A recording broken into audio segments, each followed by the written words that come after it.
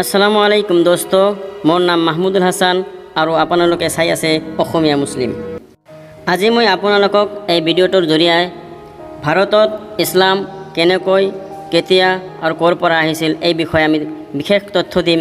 সেইকাৰণে চাই থাকক, স্ক্ৰিপ্ট নকৰাকৈ শেষলৈকে চাই থাকক।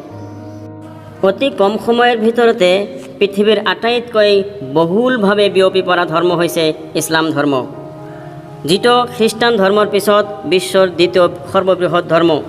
আজি যাৰ বিশ্বৰ জনসংখ্যাৰ 23% আছে, যিটো 2070 চনৰ ভিতৰত খ্ৰীষ্টান ধৰ্মক অতিক্ৰম কৰি পৃথিৱীৰ সৰ্ববৃহৎ ধৰ্মত পৰিণত হ'ব। ভাৰতত ইছলাম হৈছে দ্বিতীয় সৰ্ববৃহৎ ধৰ্ম, যাৰ জনসংখ্যা 14%। মুছলিম জনসংখ্যা হিচাপে ভাৰত হৈছে ইণ্ডোনেছিয়া আৰু পাকিস্তানৰ পিছত তৃতীয় বৃহত্তম দেশ।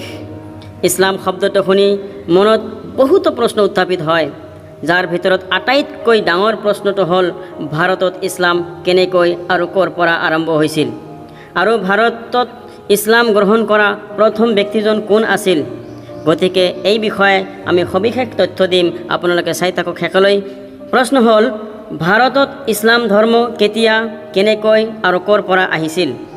সাধাৰণতে আমি বিশ্বাস কৰোঁ যে দ্বাদশ শতিকাত ইছলামে ভাৰতত প্ৰৱেশ কৰিছিল, কিন্তু যদি আমি ইতিহাসৰ পৃষ্ঠাবোৰ ভালকৈ মন দি চাওঁ, তেনেহ'লে আমি জানিব পাৰোঁ যে সপ্তম শতিকাৰ আৰম্ভণিতেই ইছলাম ভাৰতত প্ৰৱেশ কৰিছিল, যিটো কেৰালাৰ মালাবাৰ কোষ্টৰ পৰা আৰম্ভ হৈছিল, য'ত আৰৱ ব্যৱসায়ীসকলে বাণিজ্য কৰিবলৈ আহিবলৈ আৰম্ভ কৰিছিল, যিয়ে তেওঁলোকক দক্ষিণ পূৰ্ব এছিয়াৰ সৈতে সংযুক্ত কৰিছিল। বুৰঞ্জীবিদ হেনৰি মেৰ্ছ এলিয়ট তেখেতৰ কিতাপ the history of India as told by its own historian volume 7ত লিখিছে যে 630 খ্ৰীষ্টাব্দত প্ৰথম মুছলমান যাত্ৰীবাহী জাহাজ ভাৰতৰ ভূমিত দেখা গৈছিল। ইয়াৰ লগতে বুৰঞ্জীবিদ পাৰা ৰলিংছনে নিজৰ কিতাপ Asian and medieval history of India আৰু হৰিদাস ভট্টাচাৰ্যই তেখেতৰ কিতাপ the cultural heritage of India volume 4ত লিখিছে যে সপ্তম শতিকাৰ শেষৰ ফালে আৰৱ মুছলমানসকলে বসতি স্থাপন কৰিছিল ভাৰতত। এই বুৰঞ্জীবিদসকলৰ মতে ইছলাম ধৰ্ম মুহাম্মদ সাল্লাল্লাহু আলাইহি সাল্লামৰ সময়ত সপ্তম শতিকাত ভাৰতলৈ আহিছিল বুলি জনা যায়। কিছুমান বুৰঞ্জীবিদসকলে এইটোও কয় যে 661 খ্ৰীষ্টাব্দত লক্ষদ্বীপ গোটত উবাইদুল্লাহ নামৰ এজন আৰৱ ব্যৱসায়ীয়ে প্ৰথম ভাৰতত ইছলাম ধৰ্মৰ বিস্তাৰ কৰিছিল, যাৰ প্ৰমাণ হিচাপে দিয়া হৈছে যে এতিয়াও তেখেতৰ কবৰ লক্ষদ্বীপ গোটৰ এণ্ড্ৰট দ্বীপত আছে।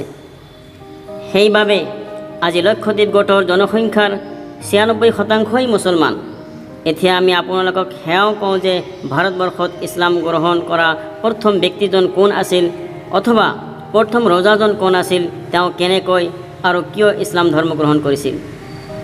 এইটো জনা যায় যে ইছলামী পণ্ডিত মালিক বিন দিনাৰ ৰাদিয়াল্লাহু তাআলা আনহু তেখেতৰ 12জন সঙ্গীৰ সৈতে সপ্তম শতিকাৰ আৰম্ভণিতে বাণিজ্য কৰিবলৈ কেৰালালৈ আহিছিল। সেই সময়ত ভাৰত আৰু আৰৱ দেশসমূহৰ মাজত মছলাৰ ব্যৱসায় হৈছিল।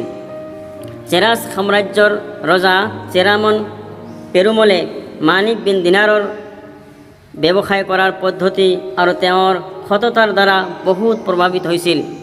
ৰজা চেৰামন পেৰুমলে মালিক বিন দিনাৰ ৰাদিয়াল্লাহু তাআলা আনহু আৰু তেখেতৰ সঙ্গীসকলক তেওঁৰ আদালতত লৈ অৰ্থাৎ তেওঁৰ দৰবাৰলৈ নিমন্ত্ৰণ কৰিছিল আৰু তেওঁলোকৰ সততা আৰু ইছলাম ধৰ্ম গ্ৰহণ কৰাৰ কাৰণ সুধিছিল।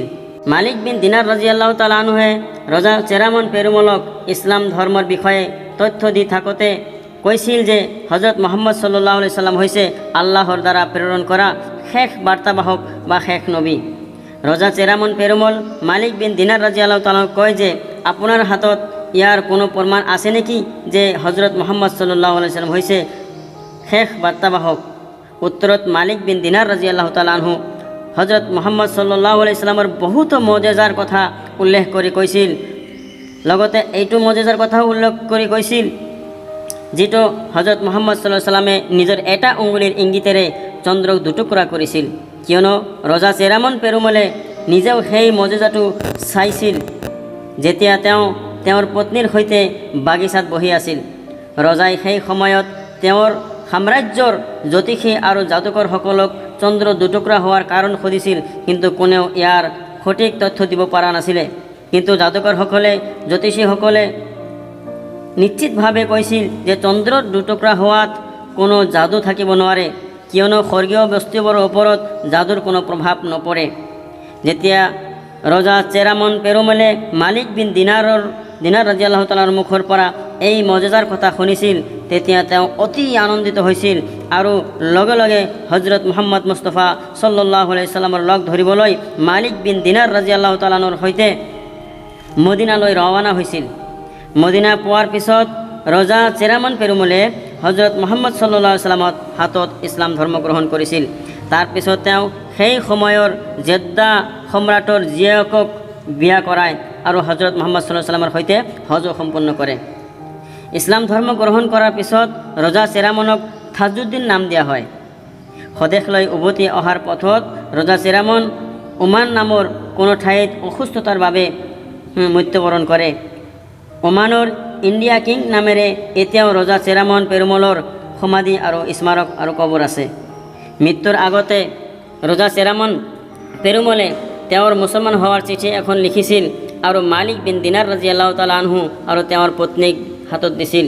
যেতিয়া মালিক বিন দিনাৰ ৰাদিয়াল্লাহু তাআলা আনহু চিঠিখন লৈ চেৰামনৰ আদালতত অৰ্থাৎ দৰবাৰত উপস্থিত হৈছিল, তেতিয়া ৰজাৰ উত্তৰাধিকাৰীসকলে পত্ৰখন পঢ়িছিল আৰু মালিক বিন দিনাৰ ৰাদিয়াল্লাহু তাআলা আনহুক অতি সন্মান আৰু এহতেৰামৰ সৈতে আদালতত ৰাখিছিল। পিছত 629 খ্ৰীষ্টাব্দত মালিক বিন দিনাৰ ৰাদিয়াল্লাহু তাআলা আনহুৱে কুডুংগালুৰ জিলাত ভাৰতৰ প্ৰথমখন মছজিদ নিৰ্মাণ কৰে, যিটো এতিয়াও কেৰালাত চেৰামন জামা মছজিদ নামেৰে উপস্থিত আছে।